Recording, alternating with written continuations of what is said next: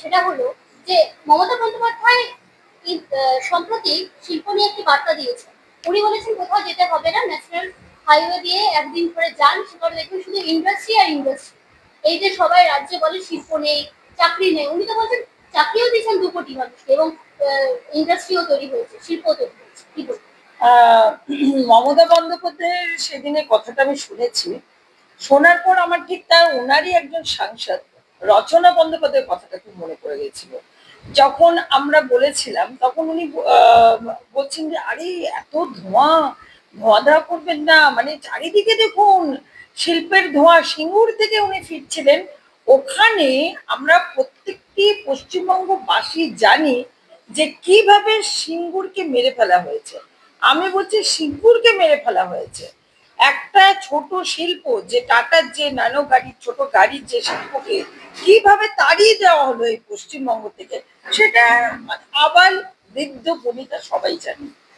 সেইখান থেকে দাঁড়িয়ে আজকে মুখ্যমন্ত্রী বলছেন যে ওইখান থেকে এই রাস্তা দিয়ে যান, শুধু শিল্প কোথায়, সেটা কোথায় আপনি নাম করে বলুন যে কোন কোন শিল্প আপনার এই 15 বছরে একটা শিল্প আনতে পেরেছেন এই বাংলায়, যার জন্য পরিবর্তনটা বেশি দরকার হয়ে পড়েছে।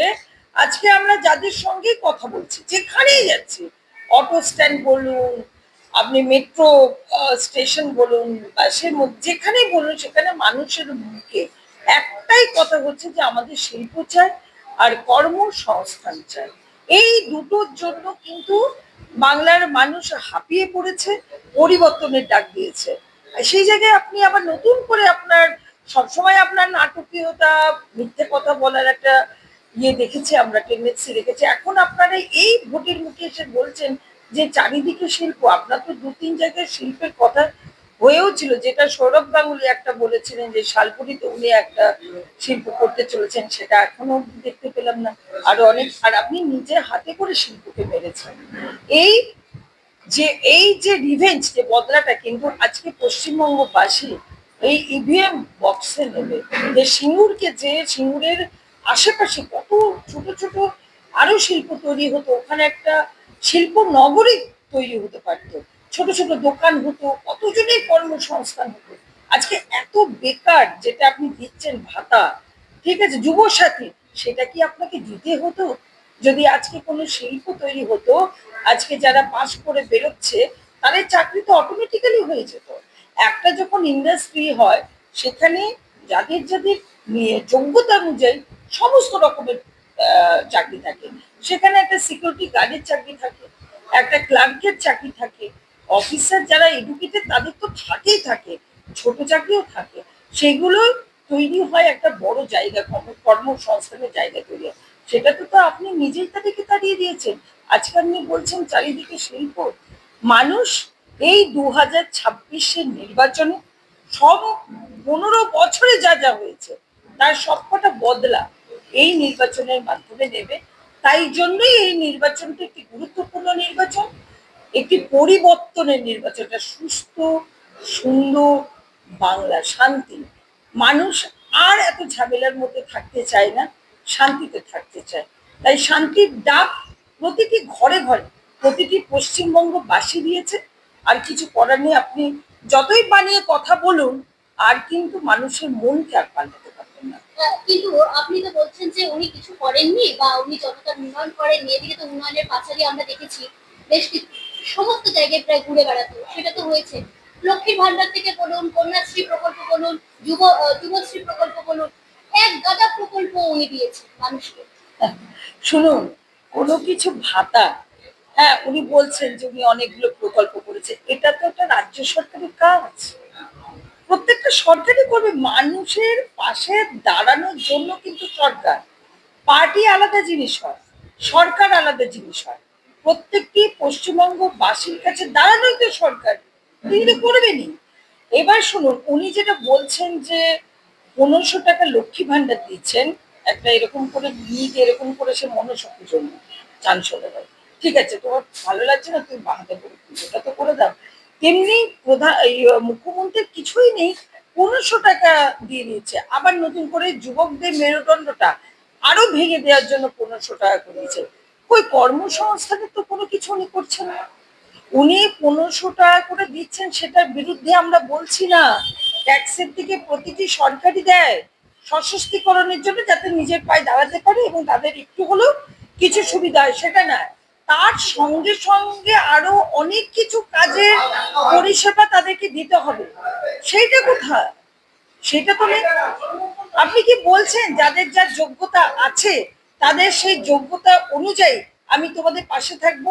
ধরুন কেউ টেলারিং জানে, তিনি কি তার ট্রেনিংটা দেওয়াচ্ছেন? ঠিক আছে, চলো তোমাকে আমি একটা সেলাই মেশিন কিনে দিচ্ছি, তুমি 1500 টাকা তো পাচ্ছই পাচ্ছ, তার সঙ্গে তুমি এটাও চালো। কই, সেটা তো হচ্ছে না। কেন্দ্রীয় সরকার আমাদের যে প্রধানমন্ত্রীর প্রকল্প রয়েছে বিশ্বকর্মা, যেখানে এইটা অনেকেই বলছে, তৃণমূল বলুন যারা আরো অনেকে রয়েছে, আপনারাও তো 3000 টাকা করে দেবেন বলেছে। আরে ভাই, আমরা 3000 টাকা করে দিচ্ছি তাদের সাপোর্ট করার জন্য, অর্থনৈতিক ভাবে এটা একটা হেল্প। ওরা যদি 3 মাসের টাকাটা জমায় তাহলে একটা ছোট্ট করে ব্যবসা শুরু করতে পারবে, কিছু কেনার দরকার হলে একটা সেলাই মেশিন কিনতে পারবে। তার সঙ্গে সঙ্গে বিশ্বকর্মা যে প্রজেক্ট রয়েছে সেই বিনা পয়সায় ট্রেনিং, আবার 15,000 টাকা করে 3 মাসে 3 মাস অব্দি দেওয়া হবে। তাহলে কতটা টাকা তাদের হাতে আসছে। এবং আমাদের বিভিন্ন রকমের সমবায়গুলো আছে, সেখানে মহিলাদের আমরা বিভিন্ন ভাবে সুবিধা দিতে পারবো, আরো অনেক কাজ। আমাদের সরকার তৈরি হলে প্রথম কাজই হবে মহিলাদের উন্নতি, কেননা দেশের প্রধানমন্ত্রী প্রত্যেকটি মহিলাদের কাঁধে দেশের সেবার কাজের দায়িত্ব দিতে যাচ্ছে। আপনারা ভালো করে জানেন 33% যে মহিলা রিজার্ভেশন বিল ঠান্ডা ঘরে ধুলো পড়ছিল, সেটাকে প্রধানমন্ত্রী সেই আইন পাশ করছে। কিন্তু দেখুন যারা রয়েছেন আরো বিরোধী দল কিভাবে সেটা, মানে মহিলাদের উন্নতি হোক চাই না। তো প্রধানমন্ত্রীর এটা লক্ষ্য যে মহিলাদেরকে কিন্তু, পুরুষরা তো থাকবেই, সঙ্গে সঙ্গে মহিলাদের সশক্তিকরণেও তিনি কিন্তু প্রথম থেকেই নজর রেখেছেন। দিদি, আমরা আজকে সম্প্রতি এই খবর পেলাম যে ইডি রেড করেছে কালো টাকা সাদা করার কারবার সেই সোনা পাপ্পু কাণ্ডে ইএমআই কাছে যে ব্যবসায়ী কল্যাণ শুক্লার বাড়ি। আচ্ছা, দেখুন আমাদের ভারতীয় জনতা পার্টির মেইন মানে যেটা হচ্ছে, সরকার এলে আমরা একটা দুর্নীতিগ্রস্ত নিয়ে মানে ফ্রি একটা সিন্ডিকেট ফ্রি পশ্চিমবঙ্গ আমরা চাইছি। এবারে যখন সিবিআই রেড করছে, সেটা তো আলাদা একটা সংস্থান, তারা তাদের কাজই হচ্ছে বিভিন্ন জায়গায় যে দুর্নীতিগুলো হচ্ছে সেইগুলোর পর্দা ফাঁস করে। সেখানে সাথে আমাদের ভারতীয় জনতা পার্টির কিন্তু কোনো লিঙ্ক নেই। আমাদের সরকার চাইছে একটা সুন্দর বিকশিত আত্মনির্ভর ভারত তৈরি করতে। সেই বিকশিত বসুধৈব কুটুম্বকম আত্মনির্ভর ভারত তৈরি করতে গেলে প্রতিটি রাজ্যকেও কিন্তু বিকশিত হতে হবে, প্রত্যেকটা রাজ্যকে। সেখানে যুবাদের চাকরি, মহিলাদের সশক্তিকরণ, সুরক্ষা, সমস্ত কিছু, এবং তাদের অর্থনৈতিক ভাবে ইয়ে করে, এটাই আমাদের মেন। সিবিআই এর কাজ হচ্ছে যে যেখানে এই দুর্নীতিগুলো হচ্ছে, এবং ওনারা তো বলেইছেন যে পুরো বাংলা আজকে যারা সিন্ডিকেট চালাচ্ছে, যে ভুলভাবে যে প্রমোটিং গুলো হচ্ছে, এবং যে সোনাপাপু যে গুন্ডামি গুলো করে বেড়াচ্ছে, আপনারা জানেন বিগত কসবা যেটা নিয়ে ভুগছে, যে সিন্ডিকেট আর বেআইনি প্রমোটিং, এই দুটো। আর সেইখানে মাথাচাড়া দিয়ে উঠেছে এই ছোটখাটো গুন্ডাগুলো। সুতরাং সেখানে তো রেড হবেই, সেটা অনেকেই নিন্দুকেরা বলছে ভোটের আগে। সারা বছর ধরে হচ্ছে, ওনাকে তো অনেকদিন ধরেই পেছনে ছিল, তারা খুঁজে বার করার চেষ্টা করছিলেন, এবং তাদের কিছু নথি পাওয়া গেছে, সেটা তলব হচ্ছে। এদিকে দেখা ভবানীপুরে মঞ্চে ছেড়ে চলে গেলেন মমতা বন্দ্যোপাধ্যায়, কারণ শুভেন্দু অধিকারীর সভার যে মাইক সেই আওয়াজটা আছে। আচ্ছা, এইটা তাহলে কেন বলছেন না যে আমাদের যে বিরোধী দলনেতা শুভেন্দুদার যে যখন ইয়ে ছিল, কর্মসূচি ছিল, ওনারা জোরে জোরে করে মাইক বাজিয়ে গান করছিলেন।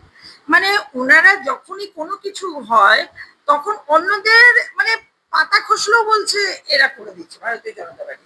উনি ওখানে করুন, ওনার মাইকের আওয়াজ এত জোরে থাকবে যে অন্য কোনো কিছু আওয়াজ সেখানে যাবেই না।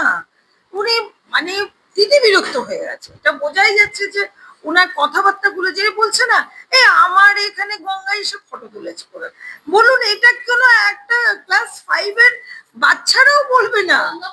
হ্যাঁ, গঙ্গা পরিষ্কার, আমার গঙ্গা পরিষ্কার।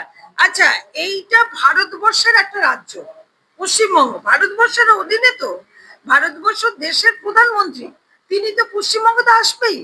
তো তিনি বলছে আমার এখানে এসে ফটো তুলতে হয়েছে, এটা কথা যে বলছে, সে দিনে রাতে এরকম ভুল বকছে। এই আওয়াজের জন্য দেখুন এটারই বিচার করবেন আপনারা, ভোট বক্সের বিচার আমি শুনেছি এটা।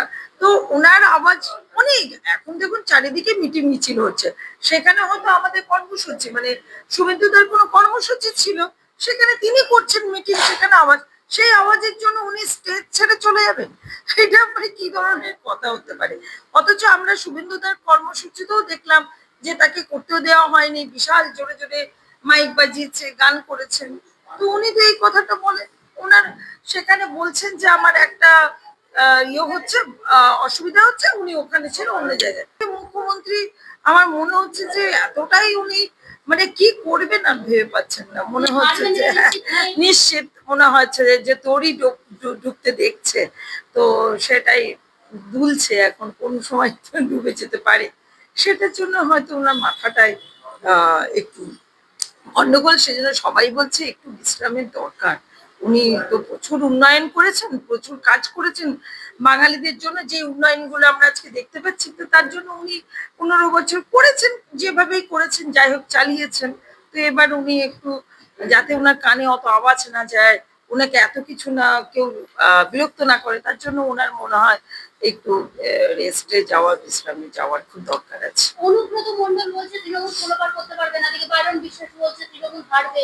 হ্যাঁ দেখুন, এগুলো হচ্ছে তোমার, শুনলাম আমরা কিছু কথা, তো এইটা আমি সম্পূর্ণভাবে কিছু জানি না। তো অনুব্রত কি যে, সবাই তো বুঝতেই পারে ওনাদের লিডার বলে কি উনি সত্যি কথাটা বলবেন না, আর বুঝতে পারছেন না যে ওদের তরি ডুবছে, সেই হিসাবে ওদের যে নেতারা রয়েছেন মুখ দিয়ে ফসকে বেরিয়ে যাচ্ছে কিছু কথা। দিদি একটা প্রশ্ন আমি ক্লাস করব, একটা প্রশ্ন। আহ, এই যে 3,000 টাকা অন্নপূর্ণা ভান্ডার দেবো বলেছে হ্যাঁ। বিজেপি এবং ক্ষমতায় এলে, এবং মমতা বন্দ্যোপাধ্যায় 1500 টাকা, সেই প্রসঙ্গে কিন্তু মমতা বন্দ্যোপাধ্যায় অভিষেক বন্দ্যোপাধ্যায় উভয়ই মানুষকে বলে বোঝাচ্ছে যে এগুলো বিজেপির একটা স্ক্যাম। বিজেপি তোমাদের অ্যাকাউন্ট নাম্বার নেবে, ওটাকে হ্যাক করবে, তোমাদের যা টাকা জমানো সেটা নিয়ে নেবে, অথবা তোমাদের কালো টাকা দেবে। আচ্ছা, আম, তাহলে বিহারে গিয়ে জিজ্ঞাসা করে আসুন যে সেখানে কালো টাকা দিয়েছে না সাদা টাকা দিয়েছে, নাকি কি হ্যাক করা হয়েছে ওখানে। প্রত্যেকটা মহিলা, আমার ওখানে অনেক লোকজন থাকে, ওরা বললো যে আমাদেরকে যে 10,000 টাকা করে দিয়েছিল, সেইটা কিন্তু শুধু একটা মহিলা পায়নি, পরিবারের যারা আছে, তো তারা ছোট ছোট ব্যবসা শুরু করেছে। ধরুন 2জন 3জন, তাদের কাছে কিছুই ছিল না, একটা টাকাও ছিল না, সেখানে 10,000 টাকা করে যখন দিয়েছিল, তখন ওরা নিজেরাই বলছে দিদি আমি সেলাই মেশিন কিনেছি, কেউ বলছে আমি একটা বিউটি পার্লার, ইএমআই দিয়ে দিয়েও তো প্রথমে দেখুন আপনার স্ট্রাকচারটা তৈরি করাটাই তো মেন, তৈরি করলো তারপরে আস্তে আস্তে আস্তে আস্তে করে দিয়ে দিল। সেখানে তো কিছু, এখানে এখানে মানে এই পশ্চিমবঙ্গতে টাকাটা যখন দেবে তখন স্ক্যাম হয়ে গেল, আর হ্যাক করে নেবে অ্যাকাউন্ট। আচ্ছা, আপনারা যে অ্যাকাউন্টে দিচ্ছেন, ওরাও তো 1500 টাকা করে অ্যাকাউন্টেই দিচ্ছে ডাইরেক্ট, তো আপনারাও তাহলে সেটা স্বীকার করছেন যে তাদের অ্যাকাউন্ট হ্যাক করছেন আপনারা, এবং আপনারাও কালো টাকা দিচ্ছেন, ট্যাক্সের টাকা দিচ্ছেন না। আমরাও তো ট্যাক্সের টাকা দেব, ট্যাক্স থেকে বাঁচিয়েই লোকে ভাতা দেয়, যা কিছু সাহায্য করে ট্যাক্সের টাকা থেকে, আপনি ট্যাক্সের টাকা থেকেই দিচ্ছেন, তাহলে আপনি যখন দিচ্ছেন তখন ট্যাক্সের থেকে টাকাটা দিচ্ছেন, আর যখন ভারতীয় জনতা পার্টি দেবে তখন তারা চুরি করে টাকাটা দেবে, এটা হতে পারে? আর এই যে বারবার করে বলছে ওদের সায়নী ঘোষ থেকে যে প্রতিশ্রুতি, একটা রাজনৈতিক দল প্রতিশ্রুতি দিয়েই ক্ষমতায় আসে। উনি যখন প্রতিশ্রুতি দিয়ে এসেছিলেন, যখন উনি সিপিএম কে হারিয়েছিলেন, তখন অনেক কিছু প্রতিশ্রুতি দিয়েই ক্ষমতাতে এসেছিলেন, তাহলে আমরাও তো প্রতিশ্রুতি দিয়েই ক্ষমতায় আসবো। আমরা যখন সরকার তৈরি করব তখন সেটা আর প্রতিশ্রুতি থাকবে না, তখন সেটা বাস্তবায়িত হবে। তো এটা তো নিয়ম, মানে যা কিছু খারাপ সব বিরোধী দলের, আর যা কিছু ভালো উনার, মানে উনি কি, এটা তো তাহলে বলছে যে উনি এত টাকা, ওনাদের কালো টাকা আছে যার জন্য ওনারা এইগুলো করছেন। কিন্তু আমাদের তো কেন্দ্র থেকে টাকা আসবে, কেন্দ্র থেকে তো টাকা আসেই, আবাস যোজনার টাকা, কল কল প্রতিটি কলে জল, সড়ক যোজনার টাকাতে রাস্তা তৈরি হয়, ওনারা তো করতে পারেন না। কিন্তু একাধিকবার মমতা বন্দ্যোপাধ্যায় বলেছেন আবাস যোজনার টাকা দেয়নি কেন্দ্র। আবাস যোজনার টাকাটা আমরা বলেছিলাম, এইগুলোই তো মানুষকে বোঝাতে হবে। মোবাইল যে আধার কার্ডের সাথে মোবাইল লিঙ্ক করে লিস্টটা, সেটা দেয়নি। এবং যখন দেখা গেল এত দুর্নীতি চুরি ধরা পড়েছে, সেই জন্য আটকে রাখা হয়েছে। আর তো কটা দিন, 125 দিনের কাজ এবারে। এবারে হচ্ছে 100 দিনের কাজের টাকা যেটা আটকে রাখা হয়েছে বলছে, 100 দিনের পুরো টাকা বকেয়াটা প্লাস 125 দিনের কাজের টাকা পুরোটা পেয়ে যাবে। কিষাণ সম্মান নিধির টাকা বন্ধ করা হয়েছে, সেটা লিস্ট দিচ্ছে না। তাহলে তারা কি দোষ করলো? কেন কেন্দ্রের প্রকল্পগুলো এখানে আসতে দেওয়া হচ্ছে না? কেন গরিব মানুষদের পাশে দাঁড়ানো হচ্ছে না, সহায়তা হচ্ছে না কেন? এবারে হচ্ছে তোমার এই যে এটা বলছে যে আবাস যোজনার টাকা, 100 দিনের টাকা সমস্ত হয়ে যাবে, সেটাই আমরা করে জন্য অনুরোধ করছি। দিল্লিতে যে কেন্দ্র সরকার আছে, সেই সরকার যদি রাজ্যতে আসে, তাহলে কারোর কাছে কৈফিয়ত চাইতে দিতে, ওই নেতাদের পায়ে তেল দিতে হবে না, কাউকে না, কোনো দালাল করে কেনা। কেননা এই সরকারের বিধায়ক বিধায়িকা হবে, তারা দিয়ে দেবে ডাইরেক্ট। কেন তারা তো মোদিজির কাছে কৈফিয়ত দিতে হবে, তুমি কেন খরচা করনি, তুমি কেন দাওনি। সেই জন্যই বারবার বলছি, যদি আপনারা লাভ উঠাতে চান, সমস্ত কিছু আপনার পেতে চান, তাহলে সরকারকে আনতে হবে। সেই জন্য মনোনীত প্রার্থীদের জয়যুক্ত করে যাতে কেন্দ্র সরকার আমাদের এখানে আসতে পারে, এবং বিশ্বাস করুন কোনোটাই কোনো ভাওতা নয়, আমরা করে দেখিয়েছি, অন্য রাজ্যতেও করে দেখিয়েছি।